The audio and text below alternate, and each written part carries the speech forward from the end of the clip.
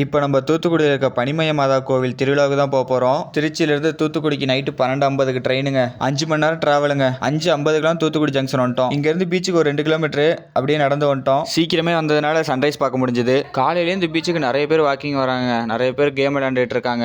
நம்ம ஊரில் இந்த மாதிரி ஒரு இடம் இல்லாமல் போச்சுங்க. இங்கேருந்து சர்ச்சுக்கு ஒரு 2 கிலோமீட்டர் வரும் போல் சர்ச்சுக்கு வந்துட்டோம். 9 o'clock வரைக்கும் இங்கே இருந்துட்டு சாப்பாடு கிளம்பிட்டோம். பசிக்குது, ஒரு ஹோட்டலில் வந்து சாப்பிட்டாச்சு. திரும்பவும் பீச்சுக்கே வந்துட்டோம். இங்கே வெயில் ரொம்ப அதிகமாக அடிக்குது, அதனால பார்க்லேயே ஒரு வாரமாக படுத்து தூங்கிட்டோம் கொஞ்சம் நேரம். இங்கே போர் அடிக்குது, அதனால திரும்பவும் சர்ச்சுக்கே வந்துட்டோம். இங்கே ஒரு 1.5 மணி நேரமாக உட்காந்துருக்கோம். இங்கேயும் போர் அடிக்க ஆரம்பிச்சிருச்சு, பசிக்க வேற ஆரம்பிச்சிருச்சு. அதனால பக்கத்துலேயே அன்னதானம் போடுறாங்க, சாப்பிடலான்னு சொல்லி வந்துட்டோம். அன்னதானம் ரொம்பவே நல்லா இருந்துச்சுங்க, எனக்கு ரொம்ப பிடிச்சிருந்துச்சு. நெக்ஸ்ட் திரும்பவும் பீச்சுக்கு வந்துட்டோம். நடையா நடக்கிறேங்க, காலே வலிக்குது. அடுத்தபடியாக போட்டில் ஒரு ரைடு வந்துட்டோம். சூப்பராக இருக்குங்க. இங்கேருந்து பார்க்க துறைமுகம் நல்லா தெரியுது. இங்கேயே நிறைய ஃபோட்டோஸ் வீடியோஸ்லாம் எடுத்துட்டு அப்படியே 2 பேக் டைவை போட்டுட்டு அடுத்தபடியாக பொருட்காட்சிக்கு வந்துட்டோம். செம்மையாக இருக்குங்க. இங்கே பெரிய பெரிய ராட்டினம்லாம் நிறைய இருக்குது. நாங்கள் ஒரு 3 ராட்டினம் போனோம். ஒவ்வொரு ராட்டினத்துக்கும் 120 ரூபா டிக்கெட்டுங்க. இங்கே இருக்கிறதுலே இதுதான் உயரம் அதிகமான ராட்டினம். இதில் ஒரு ரவுண்டு.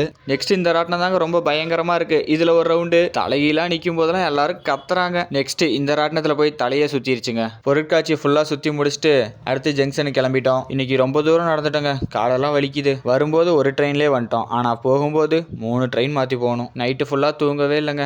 மார்னிங் 7:30 ஆயிடுச்சு திருச்சி ஜங்ஷன் வரதுக்கு. இங்கேருந்து பஞ்சப்பூர் பஸ் ஸ்டாண்ட் வந்துட்டோம். பஸ் ஸ்டாண்டு சூப்பராக இருக்குங்க. அடுத்தபடியாக வீட்டுக்கு பஸ் ஏறிட்டோம். டாட்டா.